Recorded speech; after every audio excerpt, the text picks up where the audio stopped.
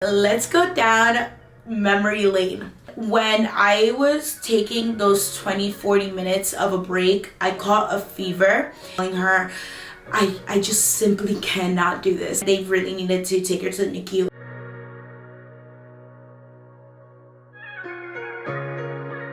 Hello everyone, and welcome back to my channel. If you're new here, my name is Ruth and I am a 25-year-old mom of 3. I thought we would do somewhat of a story time. I love story times for 2 reasons. Number 1, I feel like you guys can get to know me a little bit more, and number 2, other reasons why I created this channel was for my kids to be able to look back and see memories and things that they've experienced that maybe they might not remember right now, but I know that they will enjoy later on. And today I wanted to share my birth stories, so I think I'm gonna do this in a 3-part series and just have one video per child, because all of my birth stories were super different, and I want to be able to record it and tell this story even though it happened a long time ago, just so that I can have it on my channel and I can look back on it, my kids can look back on it. I do have my orange flavored Poppy with me today, because who doesn't love a story with a good snack? So go ahead, pause the video right now, get yourself some popcorn, some crackers, a sweet, a nice drink, and sit down with me. Also, for a quick reference, I am in Jeremiah's room. It was just one of the quietest, brightest spaces in my house right now, and I thought it would be fitting since I will be talking about my kids anyways. So let's go down memory lane. Take this way back then. For those of you that don't know, I got married at age 18. I was super young. We already had plans of getting married before I graduated high school. I got married in August of 2017, so I graduated high school in June. It was a crazy time in my life. There was a lot going on in my life. Shortly after getting married in August, at the end of September, early October, I find out that I am pregnant with my first daughter, who is now Leah. I was so excited, but at the same time, it was an interesting journey because I was becoming a first-time mom. I had no idea what I was about to go through. I found out I was pregnant. Shortly after that, I turned 19, so I found out I was pregnant at 18, but I had her at 19. So now let's go into the actual birth story. I had a great pregnancy, but her birth was a little traumatic. I had her on a Tuesday, so Monday evening I started feeling a little uncomfortable. I had gone to the doctor earlier that day, and he had told me, you are around 2-3 centimeters dilated, and it's just we never know. You're a first-time mom. We don't know how your body is going to react to laboring and giving birth, but just know that you're dilating, you're getting there. I remember I had a huge belly. If I can insert pictures, I will definitely insert pictures throughout this, but I had an overly big belly in all 3 of my pregnancies, and I remember that they had to do an ultrasound just to make sure that the baby wasn't oversized or anything like that. And I came to find out that I just hold a lot of water in my placenta during my pregnancies. My babies are never big, but I do get a lot of belly. So I remember there was a concern on that in my last appointment, but they did also tell me you are 2-3 centimeters dilated. So they just ran down, the checklist of things I had to be aware of in case I was going into labor. So then I went home that day. I did so much walking. I was drinking. I remember it was cinnamon tea, I believe, because they had told me that cinnamon tea and chocolate, it's like a Spanish thing, I think, it would help on laboring and all of that. And I was just at the point where I was done. I really wanted to finish being pregnant. I wanted to have my baby already. It's just like those last days are they're probably one of the worst in pregnancy in my experience. So I remember leaving the doctor's office, and that whole day I was just walking, drinking teas, doing exercises, doing like different hip exercises, and I was at my mom's house. This was all happening because I lived 20 minutes from the hospital, which honestly wasn't that far, but I felt like my body was already starting to go into labor. And I mean, who like wouldn't love to be in their mom's house and be catered to, in the sense of she knew exactly what to give me, what not to give me. She was giving me advice, she was helping me breathe. And while I was doing all of that, I did start contracting and laboring. I just waited for, you know, for me to feel like it was time to go to the hospital. And I was starting to get contractions where I could barely even talk through them. I remember I decided to go to the hospital on Monday at around 8 p.m. I went with my mom and I went with Brandon.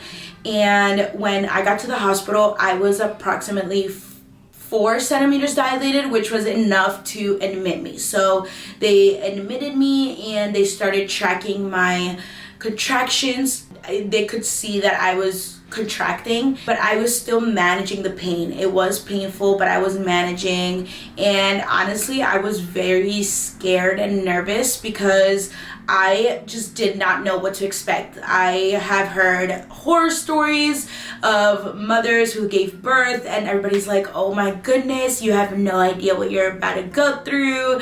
And everybody just paints it to be like such like a horrible experience. So I was so nervous, and I was young. I was 19 years old. I was wondering how this baby was gonna come out of me, if I could even possibly do it, honestly. But we labored. It was a very standard labor. I was there for hours just contracting. And then I remember at about like 1, 2-ish in the morning, I decided that it was time for the epidural because I just couldn't anymore and I was getting physically exhausted. I took the epidural, and then after that it was kind of a breeze, in the sense of I could relax and I could sleep and just go through like the experience of giving birth. I did have the shakes really bad, and I also remember throwing up because of all the medicine and the adrenaline. I remember throwing up and being sick. Then it was time to finally push. My first pregnancy, my first birth, I do remember pushing for well over 3 hours. It was definitely rough. I remember they brought everything for me to be able to give birth. They had brought the rail where you like hold on to like 2 towels, I think it is, and you just like push on it, kind of like pull on it, and you push. They had brought a mirror in because they said that if there was a mirror there and I could see what like my progress, that it would kind of motivate me to keep pushing. I think that's like the psychology behind it. They had put me on different positions. There was just like a lot going on. So after 3 hours of pushing, I was exhausted, to say the least. I remember just telling everybody, like, I cannot do this. This baby is just not coming out of me. I felt defeated. The doctors at that moment decided that it was best for me to just take a short break. So I took about 20 to 40 minutes of a break, which honestly, I don't know if it's normal, but it did happen to me. And when I was taking those 20-40 minutes of a break, I caught a fever. And so automatically, if a mother catches a fever while in the process of laboring or giving birth, they have to automatically assume that the baby has an infection. The baby would automatically go to the NICU. All of this was happening super fast. I remember resting, like taking a short break, and doctors coming in, checking my temperature, and then telling me that I had to give birth. Then there was other doctors making me sign stuff because my baby had to go straight to the NICU, which I was it just added on like the stress of it all, because I was already defeated, I was tired, I was having to push out a baby, and on top of that telling me that there's possibilities of my baby coming sick or that they have to take my baby away. And it was just a lot was going on, especially emotionally. And I remember clearly, and I thank God every single day for the doctors that took care of me throughout all of this. I remember laying down on the bed in between contractions and looking over at one of the doctors that I was seeing throughout my pregnancy and just telling her, I just simply cannot do this. I do not know how women do this. I cannot do this. And she looked at me straight in my eyes and she's like, you can do it. Just find the strength within you and push. And so I pushed a couple more times after that, and the baby was finally born, who is now Leah. She was beautiful, she was perfect, but when she was born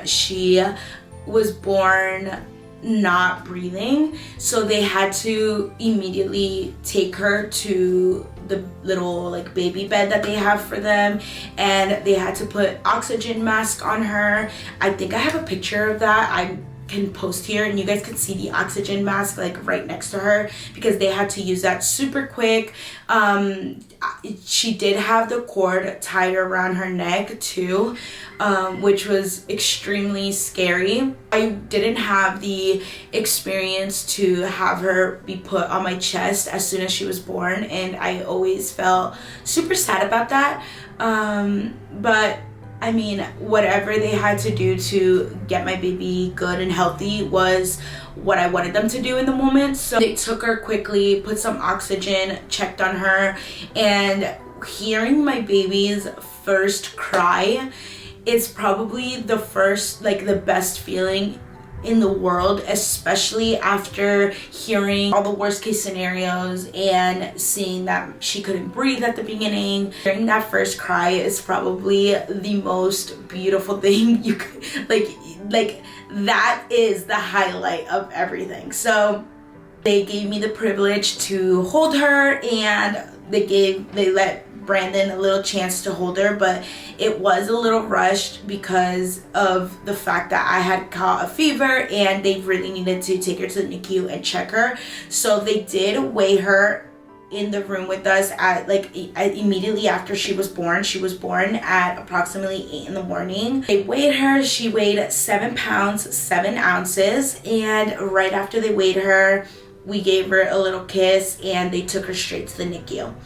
At the NICU, they had to put in an IV because they had to check her. I don't know what they were, honestly, I don't know exactly what they were doing because it's all such a big blur to me. I wasn't there when they were doing the IV or checking her into the NICU because I was getting tended to. I had just given birth to the baby. Luckily, I had the best birth in the sense of my body is such a great body to give birth in, and I say that because I had 0 stitches. Everything was just so perfect. My body recovered so quickly. I never had anything. I really contributed to me being a young mom. I had no problems, and if I did, I really didn't care because at that moment my only worry was my child who was just born and in the NICU. So after that, I had gotten taken care of and everything, and they had given me something to eat because I had not eaten from the day before. Soon after that, they had called me in that Leah had been checked into the NICU and she had the IV, and it was time for me to go and try to breastfeed her. Leah was never in the room with me during the hospital stay or like the postpartum part of it all because she was in the NICU the whole entire time. So a nurse would come and call me every couple of hours to go and feed her, and we could go visit her, but again, I was also recovering. So we were just going like back and forth. At the beginning, it was in a wheelchair. I was in a wheelchair, and then slowly we started walking over there. Our friends and family came to visit, and only our parents were able to go in and visit her because she was in a NICU and she was around other babies too who were in the NICU, so they didn't allow like a lot of visitors. This was all before COVID and all of that, where visiting was a very normal thing in the hospital. I probably wouldn't do that now, but that was back in the day. They had to keep her monitored at the NICU for like 2-3 days we were there, and at first she was struggling to eat and breastfeed, but after a few times of trying and getting trained by like the breastfeeding coach that they offer you at the hospital and just being with her, everything worked out and her numbers came back wonderfully, and we had nothing to worry about with her. We had taken her to the doctor after all of this and she was perfect, and she has been perfect ever since. Super healthy, not a problem. But in that moment, it was probably one of the most traumatic birth experiences. I was a first-time mom. I had no idea what the heck was going on. I was just learning how to care for this baby, and then to be told that my baby could be sick or, you know, just anything bad that could happen. It's not what a mom would want to hear, especially with their new like tiny little baby. And I thank God every single day that it wasn't the worst case scenario, and I thank God every single day that she did become a beautiful little healthy girl and nothing else went from that. But yeah, it was tough. And I remember being such a strong person while I was at the hospital. I was making sure I was going to feed her every couple hours, and on top of it, talking to doctors.